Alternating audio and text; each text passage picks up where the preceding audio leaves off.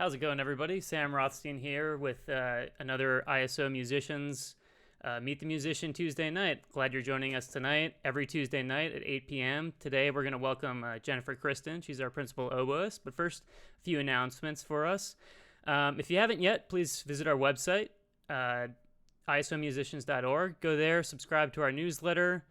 Make sure to follow us on Twitch by clicking the little follow icon with the heart icon on it. Make a free account. You can connect your Twitch account to Amazon Prime and subscribe to us for free every 30 days. So, of course, the big news for this past week is that the ISO has decided to not go on with their 2021 season as currently planned. Obviously, this was a devastating development to all of the musicians. However, we all strongly believe that Indianapolis deserves a thriving art scene. It deserves a world-class orchestra. And we promise and we vow, as the musicians of the ISO, that we will always be here for you, always making music in the community, and the music will never die, despite what goes on with the symphony as a collective. I know that the musicians are committed to this, and we love making music for you, and we will always be there. So, with that being said, in order to make sure you're up to date on all of our concerts, please make sure to follow us on social media for concert updates and other great content. And now to introduce the special guest for the evening, Jennifer Christen has been the principal oboe of the ISO since 2012, and she came to the ISO from the New World Symphony in Miami Beach, which we're going to talk a little bit about later. So let's everyone say hello to Jennifer Christen. Jennifer, how you doing? Hi, everyone. Good. Good. I'm doing pretty well. Thanks for joining us tonight.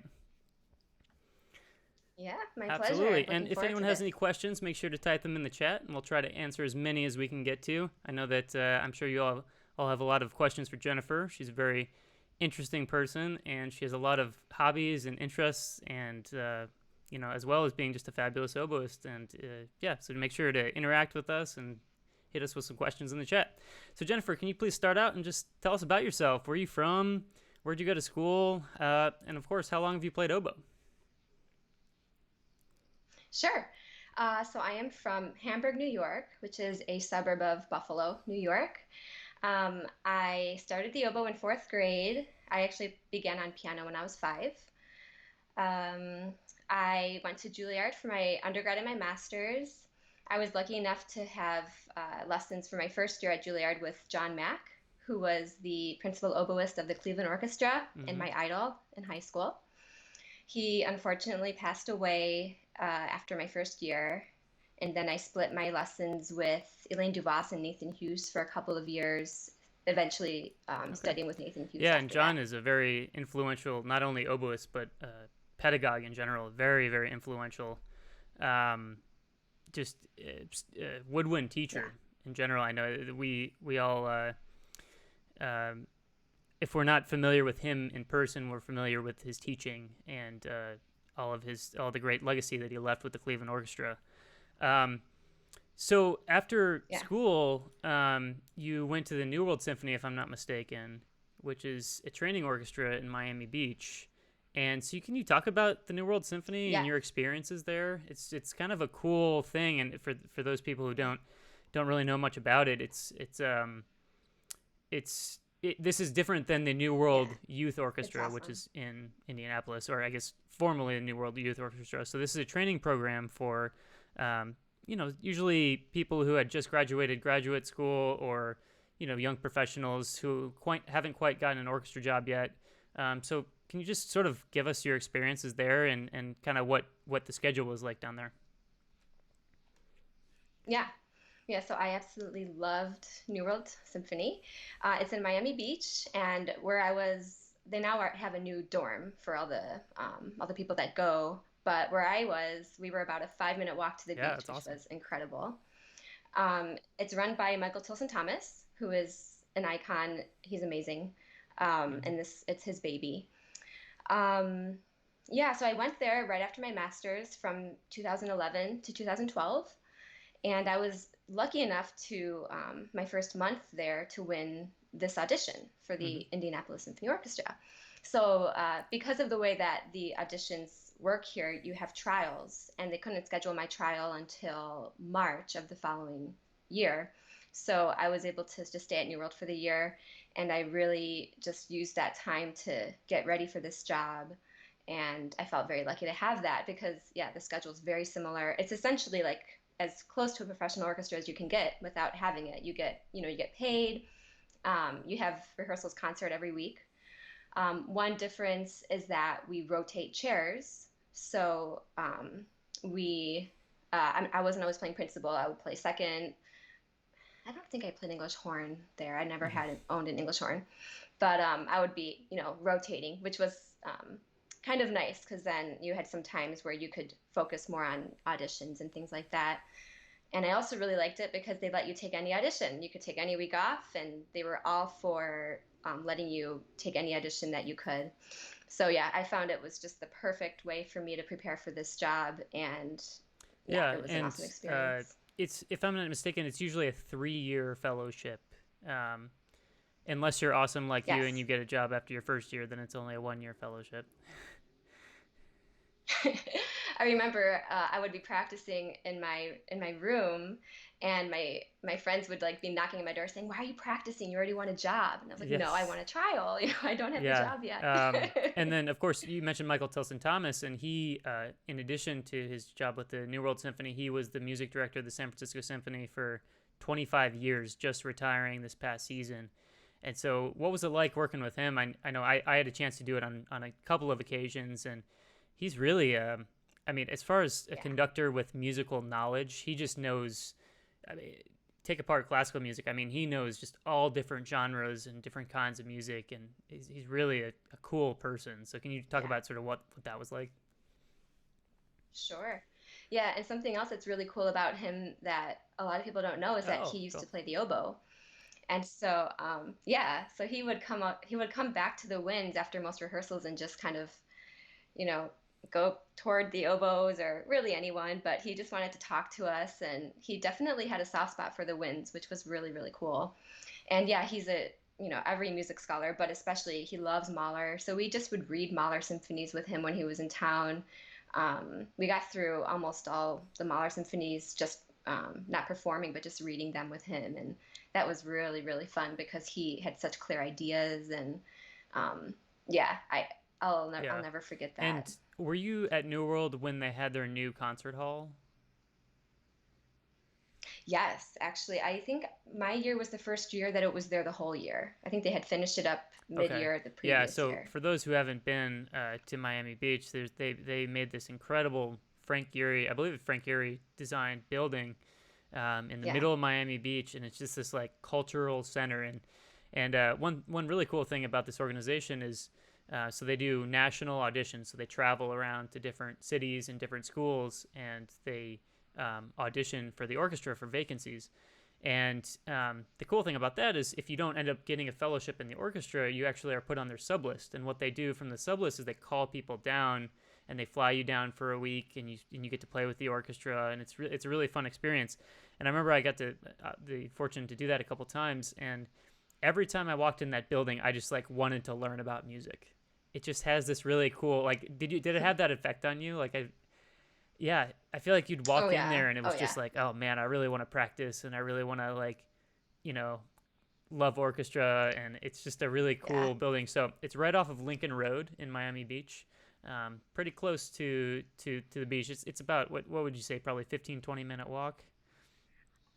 Yeah, probably 15-minute walk. Lincoln Road is where all like the ritzy stores are. Like Yeah, it's kind of the touristy street. Yeah, it's great. And inside too, it's basically a circle. So you can see the audience, the way it's situated. It's very unique, and it doesn't really hold that many people, so it feels very intimate. Probably more people than it looks, but yeah, I just remember feeling like you can really see yeah, the that's really audience cool. as I well. love, and speaking of intimate concert halls, I mean, I think we're lucky in Indianapolis that our concert hall is so small and intimate, and it's nice to be able to like see Yeah. people's faces and not just like see like a black curtain of shadows in the audience. And I think too it changes the experience from an audience Mm-hmm. perspective because you almost feel like you're on stage interacting with the musicians. Yeah. I agree. I agree. I love seeing people that you can tell are subscribers where you see them every week and like, oh, there's that couple and there's that Yeah, person. absolutely. It's It's really nice. cool. So cool. Thanks for taking us through the New World Symphony. I know it's a really unique thing, and Yeah. it's definitely very, um, it's a very special place for those people who came from it. And so I know that it was special for you, even though you only spent one year there. So we got a question from Yeah, the very chat. influential. And it's, what's your favorite hall to play in? And I think I'm assuming for this question that's all time. Probably That's a good Carnegie one. Hall. Yeah, I would have to say. Yeah, I got to play there probably a few times with the Juilliard Orchestra, and it's just so gratifying to play in. I've listened to a bunch of concerts there too, and it's just such a, I hate to say forgiving because that makes it sound like you can play, not very well, but it just feels wonderful to play there, and it also sounds beautiful to Yeah. listen there. Yeah, I've actually Yeah, I never love been. I've Carnegie. walked past it, but I've never been inside Carnegie. So I feel like I need to. It's like a, yeah, it's like a rite of passage for musicians. I feel like I'm gonna need to go there at some point. Yeah, Yeah, oh absolutely. yeah, you'll love it. Well, cool. So can you talk about your audition process with the ISO? I know you said that you of course won a trial with the orchestra because your audition was in the fall, but it's my understanding that you actually had a relationship with the orchestra earlier than that. So can you talk about that a little bit?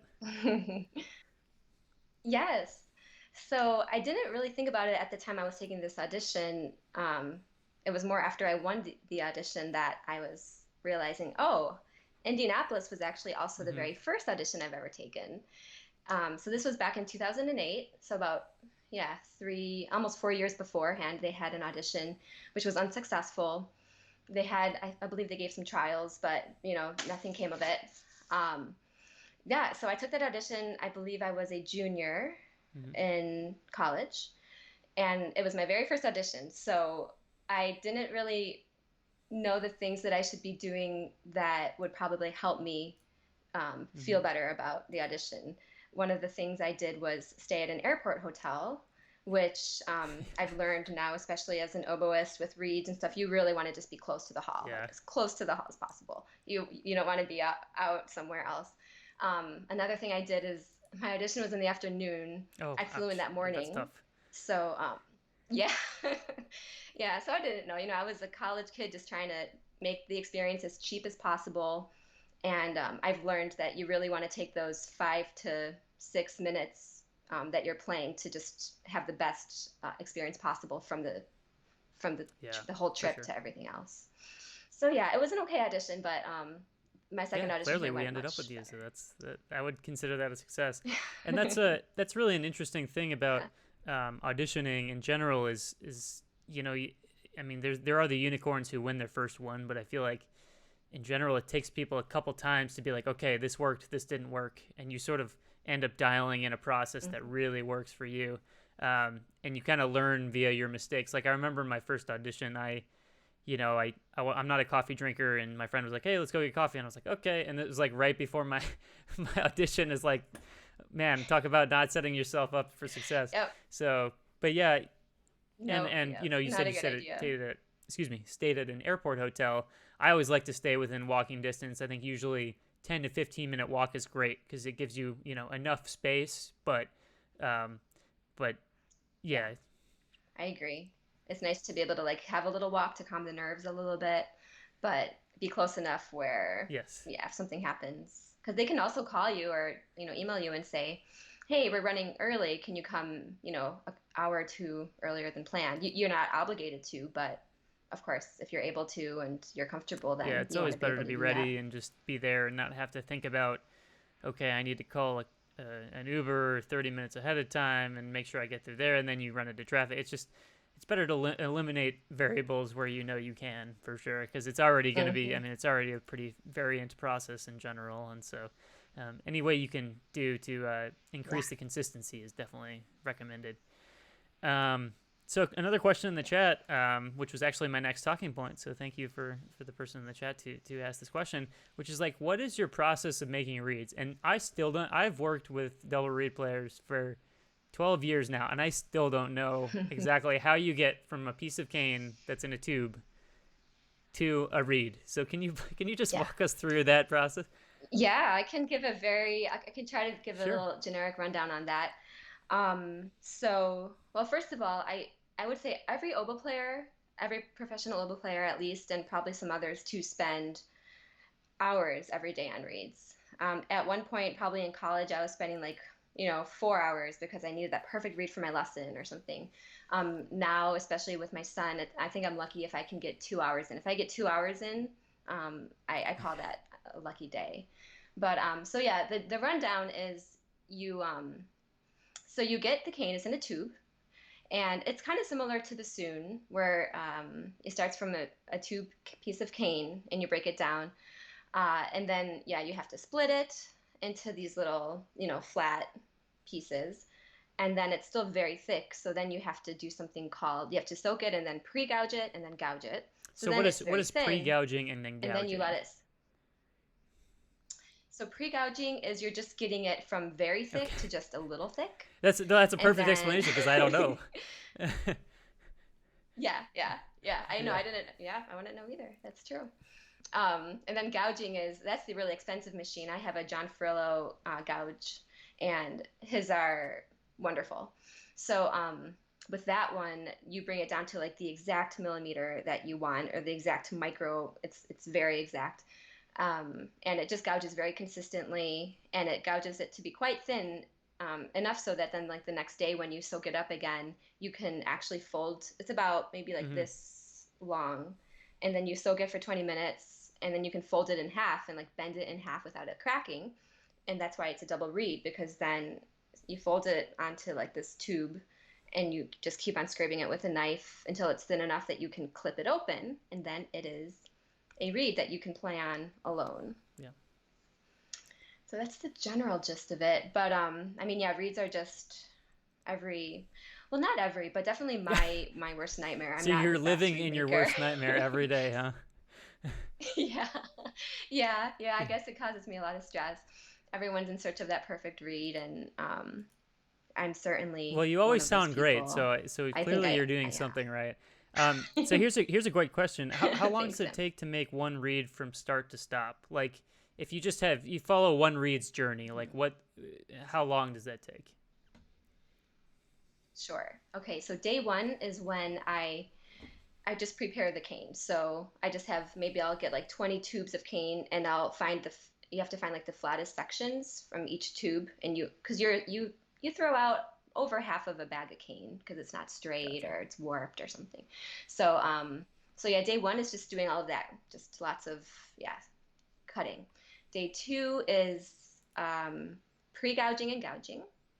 Day three is tying the blank, and doing some scraping on it. Day four, if you're really lucky, some people will definitely finish it on day four. I generally finesse it and work on it a little more slowly on days 5 and 6. So it probably takes me 5 or 6 days to really feel like a read Okay. is And done. then, how long does a read Yeah. last? Yeah. You're lucky Oh if it gosh. lasts Okay. a week. So it's a very short lifespan for a Yeah. read. Then it's Yes. Yeah, and because it takes me like I'm doing stages like that, I'm working on different stage of a different read each day. gotcha. So I'm working on day one, or like so I probably have about four I'm working on each day that are in Okay. different So stages. you don't just do one read at a time? You do like batches. Is that accurate? Okay. Yeah, generally I try, yeah, not as much as bassoon players do. I find it seems to me like maybe oboe reeds must change more if you do make too many at once, like just between Gotcha. weather and things like that. I think since they're smaller, there's more margin for error. They change more with like humidity, or just over time, maybe that they warp a little more if they're just like sitting there. So I don't do more than a couple at a time, but I am scraping on different stages of Yeah. reeds for sure at a Wow, time. that's quite a process. And then this is of course in addition to the normal practicing that you have to do. So like how does like your practicing Right. interweave with your reed making? Yeah, so a lot of times practicing turns into some read finishing for sure. Kind of like, oh, I thought this read was good, but it's not articulating well, and I have to go back to the read desk and like do some things. Um, but yeah, I would say the way to get practice done is I generally will just use a read that feels decent, but I don't love, and just like live with it and just say I'm not going to do anything. I'm just going to get some practice done, yeah, that's probably the best way to go. I usually practice Okay. after I work on reads. I'll practice for like, yeah, Gotcha. however long I need Wow, to. that's quite a process, and obviously just shows your dedication to your craft. I mean, the fact that you have to spend 2 to 3 hours every day just on the making of the reeds. I mean, that shows an incredible amount of time commitment. So I certainly Yeah, go ahead. yeah. And it's funny too, even, sorry, yeah, even during COVID, all this quarantine, I'm still making them every day because I'm also the kind of person where if I don't, I definitely lose my, Yeah, I make bad reads. So I have to kind of make sure I'm making them every day or else I sure. kind of forget how to make Um, reads. Here's a good question too. Do you make your reeds different for different performances to achieve different sounds? Like, do you have to make a reed to do something for say a concerto versus or a Debussy versus a Bach? Yeah, ideally, if I were really good, I would definitely do that because I generally don't. Um, if it Yeah, reads good, I'm just like really happy. But yeah, I do understand why. Um, like ideally, I would do that, especially for a solo performance. Yes, I would definitely tailor a read for something like the Mozart Concerto or the Strauss. Especially the Strauss, for example, it's a very exhausting concerto, so you want to read that's very active, that it vibrates more easily, and yeah, you want to read that has more, less resistance to it, versus something like maybe Brahms symphonies or even Beethoven. I think you would want a little more resistance in the read, a little more depth of tone, which you generally get from a more, I mean, not all the time, but you can get more from a slightly sure. heavier read Yeah, or that's something like that's that. really interesting, and I think it's kind of cool. I mean, it's a blessing and a curse, right? Because you can sort of tailor make your reads to whatever you need them to do, but the process is a bit Hmm. tedious to get there for sure. Yeah, Yes, for sure. And I guess I do gear. I'm thinking about it now. I'm always playing excerpts from what's coming the next week in orchestra. I'll be playing like, the exposed hmm, passages or the solo passages on the reads I'm making. So I guess I actually do yeah. gear my Oh, reads towards that's really them. really interesting. So we got a big fan from Minnesota here. Welcome. Thanks for joining our broadcast. What is your favorite symphonic work and why? That's a big question. Yeah. Really big question. Um, I think it's partly because of the memory, but Mahler Das Lied, I would say, is probably my favorite, or at least the most. I just have the most fond memories of it, and I do love it. We did that with MTT at Hmm. Carnegie Hall when I was at Juilliard, and I just remember being uh, just, yeah, having the time of my life and Oh, enjoying it that's a so good choice. much. It's an interesting choice because it's a very I wouldn't call it like an exciting piece per se, but it's very sensitive and it's very Hmm. intimate, Right. Uh, yeah, Yeah, and the colors it's are certainly a beautiful incredible. piece. Yeah, very cool. Um, so can you talk about you touched on this a little bit when you talked about your time at New World, but can you talk about the difference between playing principal oboe and the other positions in the oboe section? And like so maybe break down like the composition Yeah. of the ISO section and what your different roles are. Sure, yeah. So at the ISO, we have principal, second, and then English horn slash assistant principal. And so the principal oboe has, a lot of solos, a lot of the lead writing in many symphonies, along with, all the other principal winds. But yeah, the second oboe is very important, and we have a great second oboist. Yeah, she's wonderful, and we do a lot of octaves. I would say so. A lot of it is octaves, and I really appreciate a nice, full, louder than me octave, especially when I'm Yeah. like sky high. I really really appreciate that. So second oboe is very important. And then English horn is Roger. He's wonderful, and he's also the assistant principal, which I'm very lucky for because he's very good at noticing if I'm getting a little stressed out. If he'll say, "Hey Jen, I think you haven't really been distributing enough, and I'm happy to take the overture in 2 weeks from now or whatever." And I'll be like, "Oh, yeah, that would be great." We actually do try to do distribution earlier on, but sometimes I don't realize how much I you know been playing Yeah. until it's too late. So yeah, he's Yeah, wonderful. and that's He's cool wonderful to that have. so for those who aren't familiar, an assistant principal, their job is to sort of fill in for the principals, either when they're not available or when they're sick, or like Jennifer explained, when maybe perhaps the workload is a little too heavy on the front side. So maybe Roger's not playing a concert, and so Jennifer will be like, "Hey, Roger, do you mind playing the concerto for this concert?" So he'll step in and play the concerto, and it's a really nice thing to have an extra player. And we're fortunate that we have a lot of great you know, a lot of great assistant principals, like myself. Uh, Hmm. no, but That's right. it's nice to sort of spread the workload out so that everyone can be performing at their tip top shape. I mean, if you think about to make this analogous to sports, if you think about a basketball team, like the starters don't play the whole game. And if they did, they wouldn't do very well because they just get Right. tired. So it's nice to have kind of that rotation where different people play in different roles, and really the only persons whose roles doesn't change are the principals, and you guys. But you guys often are under the heaviest stress in terms of both physically and of course mentally. Um, yeah. Right. Well, great. Right.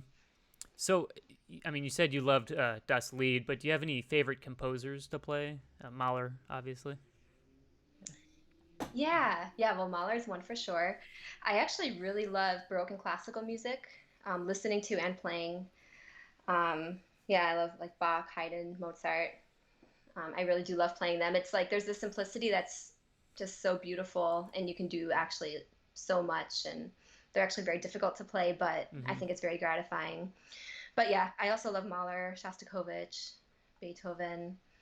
But if I were like just listening, probably Oh, Baroque or that's awesome. classical. Yeah, I do agree. The simplicity of it is really um, peaceful, and it in a way it makes it more interesting because there's more decisions that have to be made, musically. And that's always fun when, Mm-hmm. I mean, Mm-hmm. Mahler's great because he gives you every instruction you could ever need right on the page. But if you get a Mozart concerto, Yes. it's kind of up to you. And you have to make all of those Mm-hmm. decisions. Mm-hmm. Really cool. Can you talk about your preparation for the Strauss concerto that you were supposed to play in May? I know I was personally very disappointed that we weren't able to hear both in our guest with our conversation with Conrad last week for his Haydn concerto and of course your Strauss concerto. Can you talk about like what it was like trying to prepare for that? Yeah. Sure. Yeah, I was in my probably like the beginning to middle stages of my preparation. Um, I was doing what I was doing was really trying to get it memorized. And for me to do that, I just have to really listen to it so I can hear all the harmonies and stuff that will help me to really feel it. So what I was doing was whenever I was making Yes. reads, because I do that a lot, I would just keep on playing like different recordings of the Strauss because I didn't want to get one in my ear too much. So just I would find anything on YouTube, student recitals with piano, like anything. I just wanted to just keep listening to it. So yeah, I was doing that. I was taking the first and third movements quite under tempo just to really get them in my fingers. Yeah, I was really just trying to, yeah, it was Hmm. technique and memorization that And I when was did in you the middle start of. kind of working on it? I mean, this is a piece that I'm assuming you've learned your entire life. So when did you start kind Yeah. of working it up again? Was it like last summer or? It probably wasn't until Okay. the fall that I started. Yeah, the first and second movements I worked on a ton just over school and auditions. Sometimes the Strauss first and second movements are on auditions. So yeah, probably the fall I started, taking it more seriously, like, okay, I'm performing this and I really want to start to just feel Hmm. it, memorize it, everything. So Yoshi Baby Kitty, which I believe is your friend, she wants to know what is your Yes. favorite concerto to play? Is it the Strauss? Oh, I wish I could say that I would think it would be the Strauss if I did Hmm. have the chance to perform it. Um, yeah, after, working on it and everything, I would say I love the Mozart as Yeah, it's well, I have beautiful. to say. I mean, the Mozart is wonderful. And I do want to play the Vaughan Williams eventually as well. So, but yeah, the stress I do love, and the second movement is Well, just I'm going to gorgeous. express the same sentiment that I expressed to Conrad last week, which is I hope that, in the upcoming seasons, we're going to get that rescheduled and get you a chance to play that with the orchestra, because that was definitely a can't miss performance, I think, for the year. Yeah, yeah, I hope so Thanks, too. Sam. I hope so. Um, Sorry, I'm just trying to make sure I don't miss anything. Oh, this is a good one too. So what do you Yeah. do when you aren't playing in a normal season to keep up to like your embouchure and playing muscles? Have you? And it kind of leads into my next question. Like, what have you been doing during this time to keep busy and create playing opportunities? I know that you and your husband have been doing some Yeah. concerts and stuff. Can you just kind of run down through all that? Hmm. Yeah, yeah. So I think a lot of people probably think if we're not giving concerts with the orchestra that we're not doing anything, right? But that's definitely not the case. I would say, especially with professional musicians, we do not want to get out of shape. We need to play. We love to play, but also we really just feel like we need to play. Um, and I am, yeah, definitely no exception to that. Um, yeah, one little hindrance, not really a hindrance, but yeah, our son is, he's not in daycare now, so it's a little harder to get things done. But I have been managing to get some stuff done. I've been doing some online teaching for IU and later in the summer with a Juilliard high school masterclass seminar. And my husband plays the flute, and we've been doing some duets and trios. Also with David Mm-hmm. Bellman, we did a trio concert. And yeah, it's really fun to play. Yeah, it's fun to play with Alistair. I don't really get to that's my husband. I don't get to play with him much, so it's really fun. It's really fun to play with him. And we're hoping, yeah, to do some driveway concerts and some virtual concerts. Maybe, on Twitch we can do some Yeah, kind of a concert. That absolutely. would be Stay fun. tuned for So that. I think yeah, that there's a lot of, Jennifer and I earlier today were yeah. brainstorming some things that we could do. We did our first one last Friday with Roger Rowe, your oboe section mate, and Kent Cook, who's his husband Yes. and wonderful pianist, and it was fantastic. So I'm hoping that we can start to do more of those, Yeah. and maybe we can get a little woodwind quartet or something going. I don't know exactly what the plan would be, but that would be really fun. Yeah. And of course, shout out to Alistair. He's just a fantastic flutist. Um, moved here Thanks. from Yeah, he's awesome. Australia to, for some girl.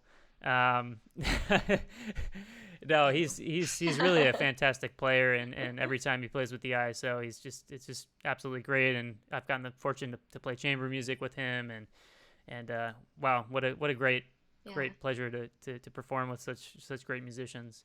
Um, so Indianapolis, I don't think you probably had any connection to outside of getting your job here. I don't know if you'd ever been here before.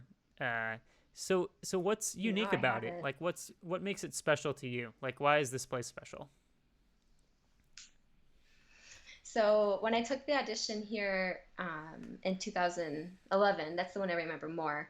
And I just remember actually I was coming from New World, but essentially I had been in New York City for 6 years before that.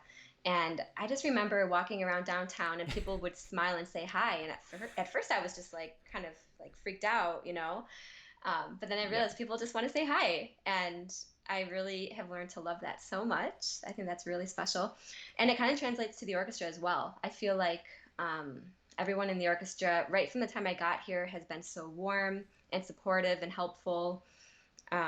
From my section mate to, the wind players, the strings, really everyone. I did enter at another tough time in the orchestra during a big lockout, and people were just really going out of their way to make sure that I was okay and that everything was they were just helping out. So yeah, that was wonderful.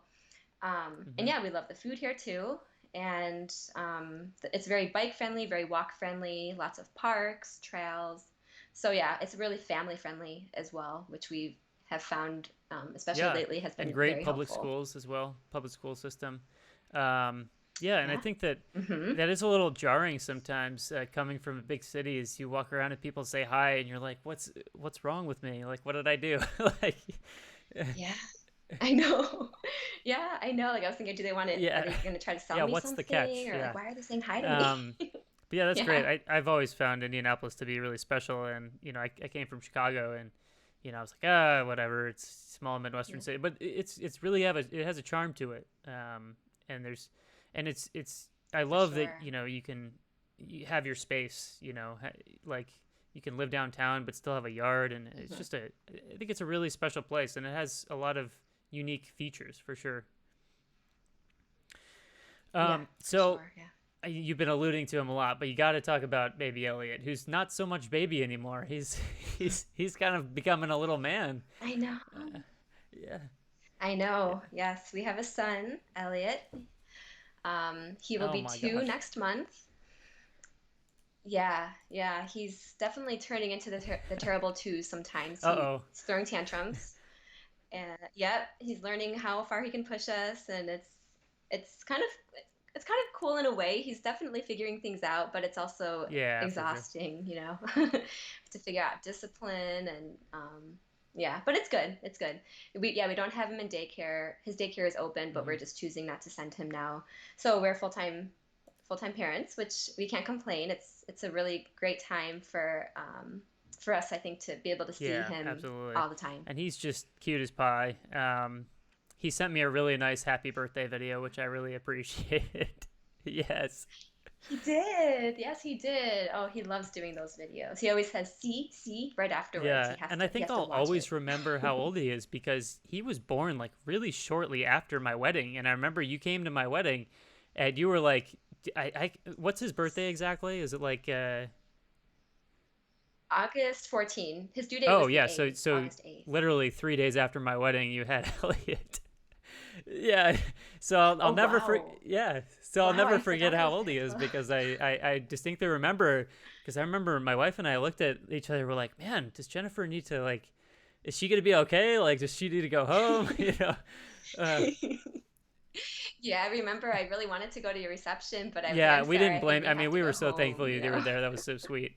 Um, but yeah, Elliot's Yeah, oh, we he's a loved pretty it. Yeah, special it little was a guy, great and wedding. and and he actually next week I'll be talking with Victoria Griswold, who wrote all of the Teddy Bear concert series, and I always remember his first year. Your mom would come into town, and she would take him to the Teddy Bear performances where you would be performing. It's very cute, and he Yes, yeah, and he he loved, like, loved I remember it. he loved just like looking at other little kids, like, Yep, he would. Yeah, if they were slightly older than him, he was extra happy. He loves yeah. watching like older kids.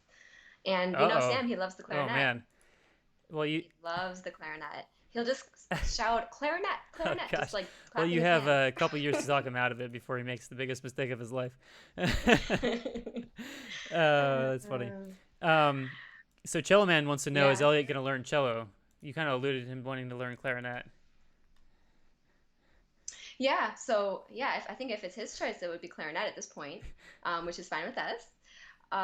We our plan for him, if he agrees, I mean, we'll see what he wants, is to start on Suzuki violin. But then, we were talking to another friend who said starting on Suzuki cello is fun too, because they get this like little thing that, just rests on the ground. It's like as big as a violin or something. And yeah, they make these tiny cellos that are perfect for 3-year-olds as well. So Oh, that'd be so maybe the cute. cello. The little baby Elliot with the little baby Yeah, it would be cello. I could so just see it cute. now. Yeah. I know. I Very know. cool.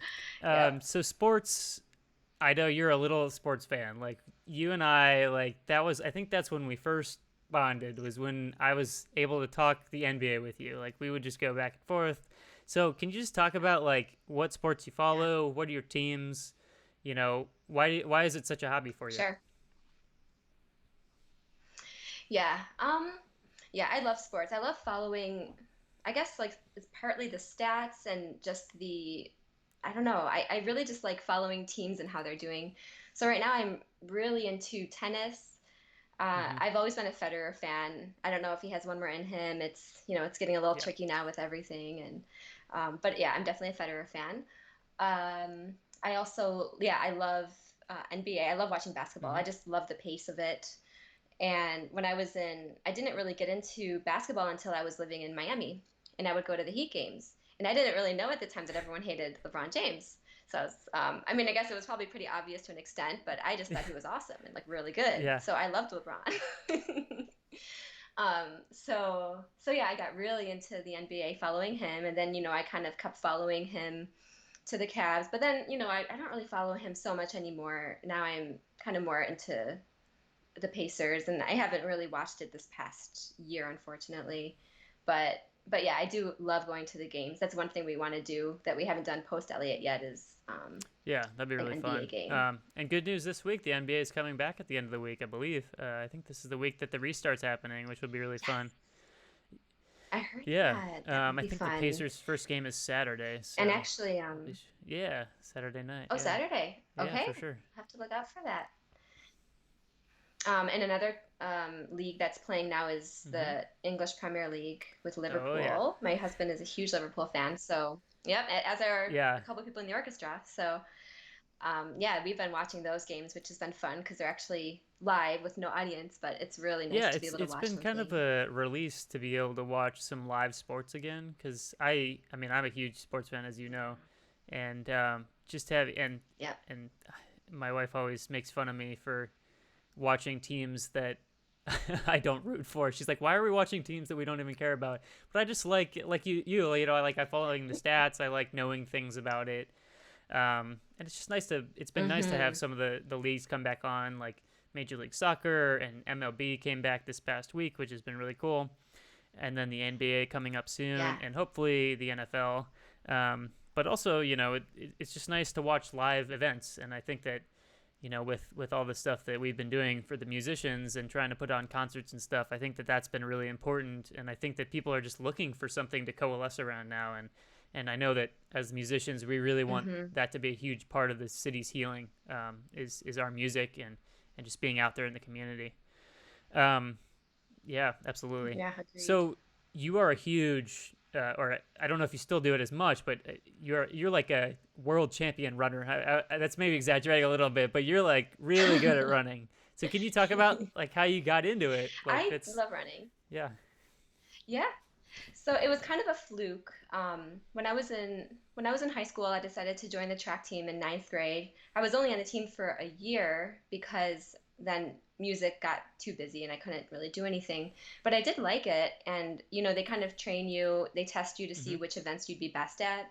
And with track, I think the longest event you can do is 2 miles, so it's not super long. But I was assigned, yeah, the 1 mile and the 2 mile events, so they basically assigned me as a distance runner. And then after that, I never really ran again until Oh really? moving here. And it was thanks to Roger Rowe, the assistant principal oboist.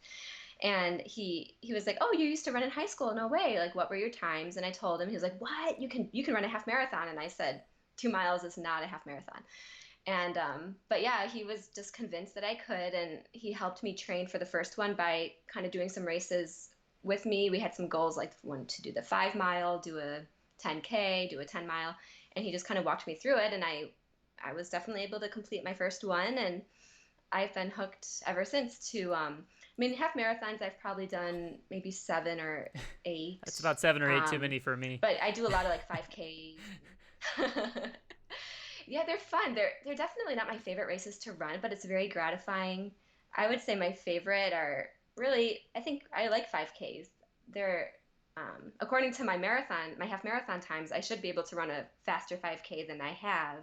So I guess I'm better Oh, at gotcha. a Yeah. half marathon. But I do like the whole Yeah. 5K distance. And I am still running. I was actually training for a race Mm, that was supposed to be in May, the mini marathon here, but yeah. that got And canceled. there are two great half marathons in Indianapolis. Obviously, the mini, like you mentioned, and then the monumental, which is in November usually. And those are really great races. I know a lot of Yes. people. Well, I don't know a ton about running, but I know that there are people who come to Indianapolis specifically to use those races to qualify for like Boston because it's such a flat course. Um, hmm Especially the monumental, I've heard, is yeah. even Do you think that's faster. because of the time of year, or is it just Yeah. because of the route?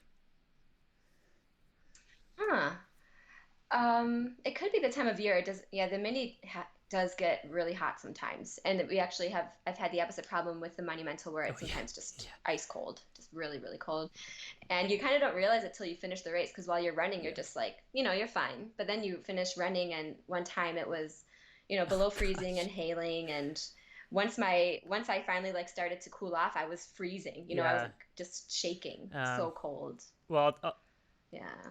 I don't know, but yeah. yeah, Well, I'll they're tell both a really little fun anecdote, races. and I hope Roger forgives me for saying this, but he said one time you guys were running a race together. I can't remember if it was a shorter race or if it was a half marathon, and you were doing it together.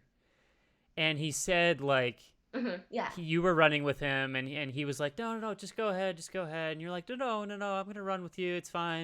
And he's like, no, no, seriously. And you're like, okay. And you just hmm like took off, and apparently within like a minute he couldn't see you anymore. And you ended up like winning like your division or something. Like you ended up winning like your age group and everything. So Oh, I wonder if that was a. I can't remember which race that would be. yeah, Maybe the Rainbow Run. Um, oh, that's so funny. Well, yeah, yeah, Roger's really fast too. But yeah, I do like to even when I'm training. I'm the kind of person that always likes to just like finish as fast as possible. Not even just so I can have a better time. Well, for a race, that's why. But like when I'm just running training, I yeah, just want to get home and be done. So like as I keep running, I start out kind of middle of the road, and then each mile's faster and faster. So I think I've just gotten used to that feeling, and it does help with racing, yeah, with for finishing sure. strong. Absolutely. So have you ever tried to tackle the marathon length, or you it's not really in the books for you? It it definitely is intriguing to me. I would like to do one, maybe Yeah, by the time one's I turn enough. 40 or something, but Yeah. one would be enough. Yeah, from what I've heard from most people that have done one, if they're like half marathon people, they just say, yeah, I'm happy I did one. So I think I would be the same. It would be Yeah. cool to say I did it, but And do you think that like running has like helped your oboe playing? Like I know for me when I'm like working out and in shape that like just physically I actually feel better. Like I feel like I have less potential for injury when I'm playing. Do you? yeah, I do feel Mhm. like it helps my breath. Because yeah, with oboe you don't really need a lot of air, so it's not really the air thing, but it's kind of just like the staying calm, like maybe helping just keep everything more relaxed here, like my shoulders and everything. I do think it Yeah. probably has. Well, Yeah. cool. So before I let you go, I want to do a. I did this with Conrad last week, and I think it's kind of fun. So we're gonna do a little quick lightning round, if that's all right with you. So I'll give you sort of an either All right. or like a favorite, and you'll just say whatever the first thing is that comes off the top of your head. You ready? Okay. Okay. It's the I'm first ready. thing. Favorite indie restaurant. Oh, Okay. Favorite indie Tinker Street. bar.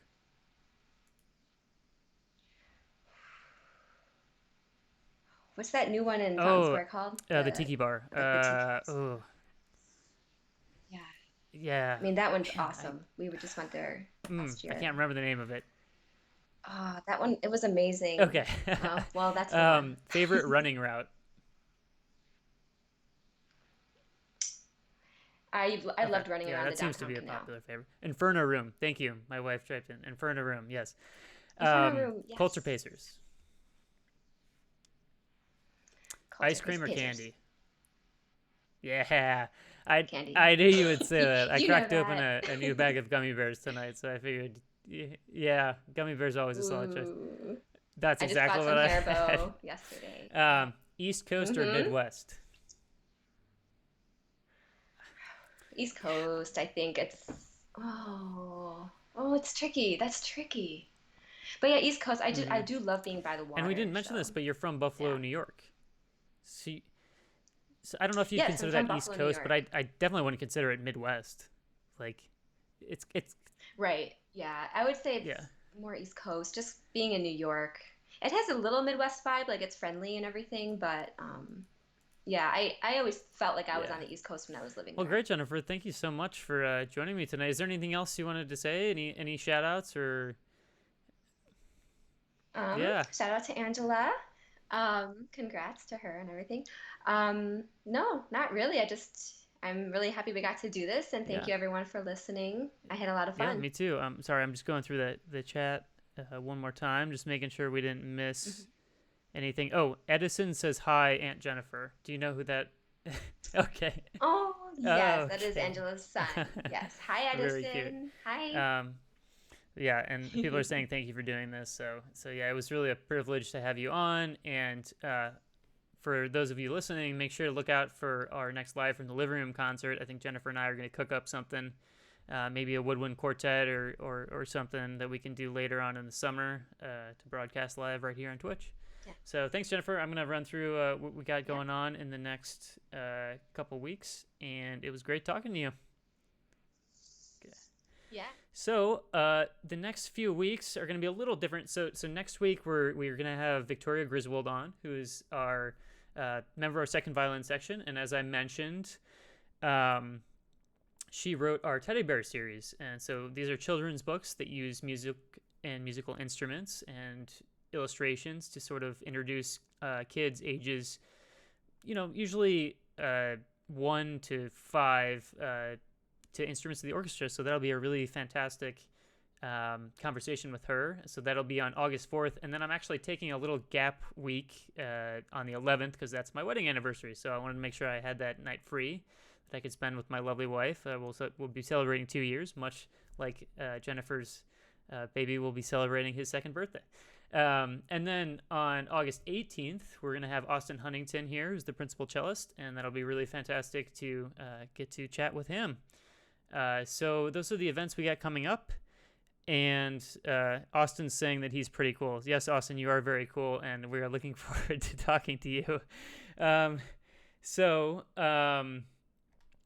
Once again, if you guys haven't followed us on social media, make sure to check us out on Twitter, Instagram, and Facebook. Our tag is usually at ISO Musicians on all of those different platforms. ISOmusicians.org is something you can visit to sign up for our newsletter and get the latest happenings on the members of the orchestra. And once again, I want to reiterate this. I know we've had some pretty rough news over the past couple weeks in regards to the regular ISO 2021 season. But I want to reiterate that the musicians will be here for our community, and we will never, ever let the music stop. And we are committed to that, and we are committed to you. So make sure to sign up for our newsletter and subscribe to our accounts and follow us on social media, and we will keep you up to date as soon as we know more about when we can safely put on some performances. So please help spread the word about our live streams. Once again, it's every Tuesday night at 8 p.m. right here on Twitch. And if you have a chance, make sure to connect your Twitch account to your Amazon Prime account, and you can subscribe to us for free every 30 days. That money goes directly to the musicians. So thanks so much, everybody, and I will look forward to seeing you all next week for our conversation with Victoria Griswold. Thanks a lot. Have a good one.